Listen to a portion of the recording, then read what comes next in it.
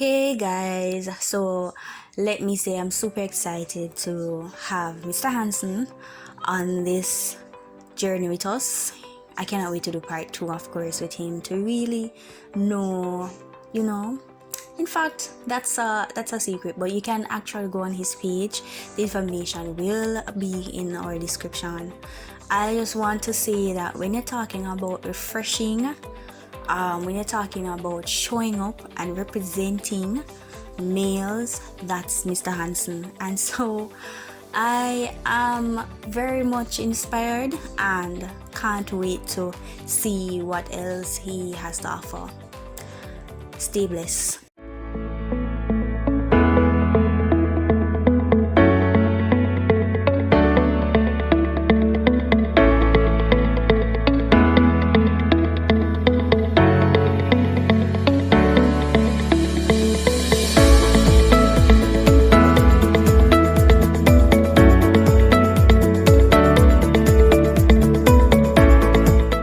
So tell us about yourself. So I am a third year student at the University of the West Indies, majoring in public policy and management, minoring in management studies. I am also the founder, chairman, and executive director for Aspira Jamaica, my growing baby, yes, my non-profit organization based in Manchester and St. Elizabeth. I am also the president of the Mandeville Development Area Youth Committee, recently installed as president, and also I'm the outreach director for the Manchester Youth Development Area Committee. So you have the one for the entire parish, and you have the one for the entire environment of Mandeville. I am a hardworking, jovial individual. My friends would say that I'm very jovial. I am very serious at times. I take my work seriously, take school seriously. I'm a mentor. I seek to mentor persons in my community, the youths. And I'm a Christian. Yes, I'm a Christian. A Christian. I've been baptized. April coming makes 11 years. Yes, 11 years. 11 years since I've been baptized. So it's been a while. I've been walking in the footsteps of the Lord. So yes, that's a little bit about me. Alright? How did I become what I would call a nation builder youth advocate? This all started when I went to university. It was pretty new to me, of course, first year student. But coming from country, a non-traditional high school where most students don't even dream of attending university. The goal is to pass your subjects, CXC, pass all your subjects and go look at work. For me now, I decided that I was going to go on, and my parents decided that I was going to transition to university, especially my mother. Now, when all of this would have started, was when I started UA, and there was a lot of opportunities that was just thrown in my face, and I wasn't made aware of them, and there was a lot of things that just happened to me that I did not expect, and no one was there to guide me, to tell me what was happening. So I decided that I am going to start this for other youths here who aren't aware or who weren't made aware of the various opportunities that are out there that they can take advantage of. And that is where it really started. That is where the drive started for youths. That is where it started. That's what really made me who I am today. For who I am now, my mother has always been that tower of strength for me. She has always been there for me. She is one of the persons who will motivate me through thick and thin. My father as well. He will come in and he will motivate me. My brother as well. So they are the persons who have molded me, reminding me each day that the sky is the limit at least. But my thing is the sky is not the limit. But their thing is the sky is the limit. So they would have been the persons who would have made me who I am today. Also my grandfather, seeing him helping the community.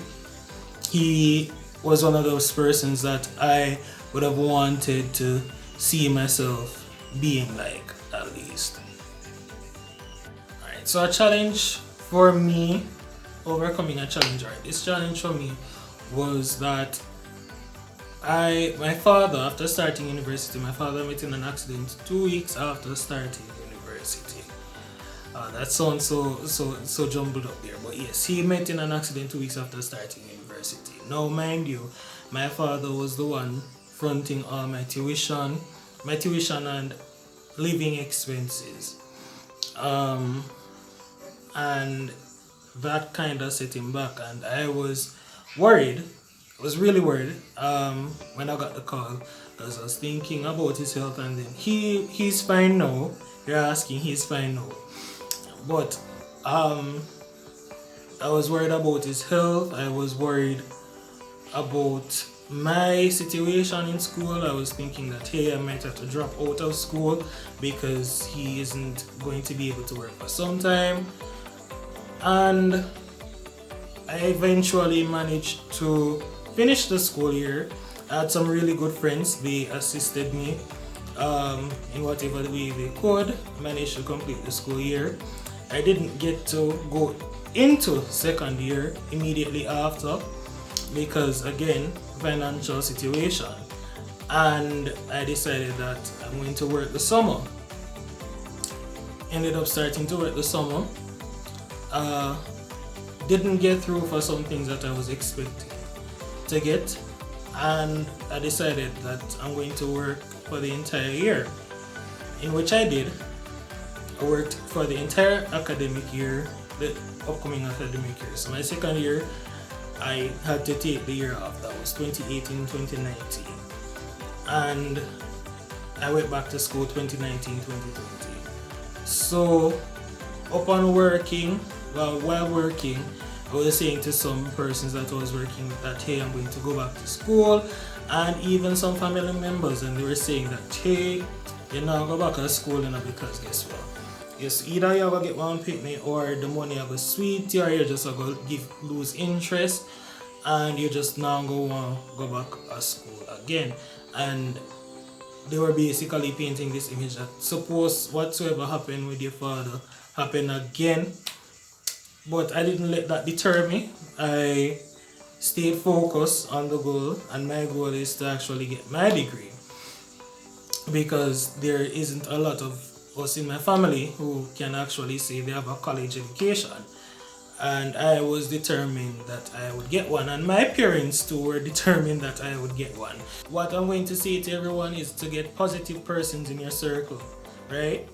Get persons who are willing to motivate and to push you, because if not work, some persons were really not expecting me to go back to school, and when it was the final week for me and I handed in my resignation letter and I told them the reason why I'm leaving, they were all shocked. They were like, you did serious? You didn't really go back? And I'm like, yes, I'm going back, which I did.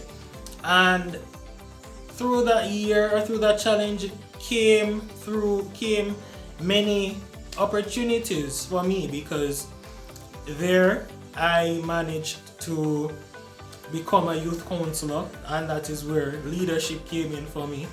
I became a youth counselor in my community. I started up the youth club in my area. This is where Manchester Development Committee came in, among other things, right? So my advice on nurturing your gifts and talents, right? So find a mentor and coach, right? This individual can assist you with grooming your talents and allowing you to reach your full potential, right? So you may never know what your full potential is, but this individual could possibly be the person to help you to harness that potential, to know where your limits lie. And also you should use your gifts to help others, because of course I'm going to see this. Use your gift to help others. So whether it be writing, singing, dancing, for volunteer work, for business, ensure that it is making a meaningful contribution to our Jamaican society. Alright? So that is my thing with gifts and nurturing your gifts. So use your gifts to inspire others. Alright, so you can find me on Instagram at Jerome Hanson 876. You can find me on Twitter at Jamaican_Jerry, and you can find me on Facebook at Jerome Hanson. Alright, so that is it for me. So those are I'm only on those social media profiles or websites, and you can also find me on LinkedIn. Yes, I'm on LinkedIn at Jerome Hanson. So those platforms are there. That's where I'm at. That's where you can find me. You can message me at any time. I'll respond as soon as possible. Alright, I'll respond to you. I'm not harsh or aggressive. I'm not that angry type of person who's going to ask you, who is this? No, I'm not that type of person. So you can message me.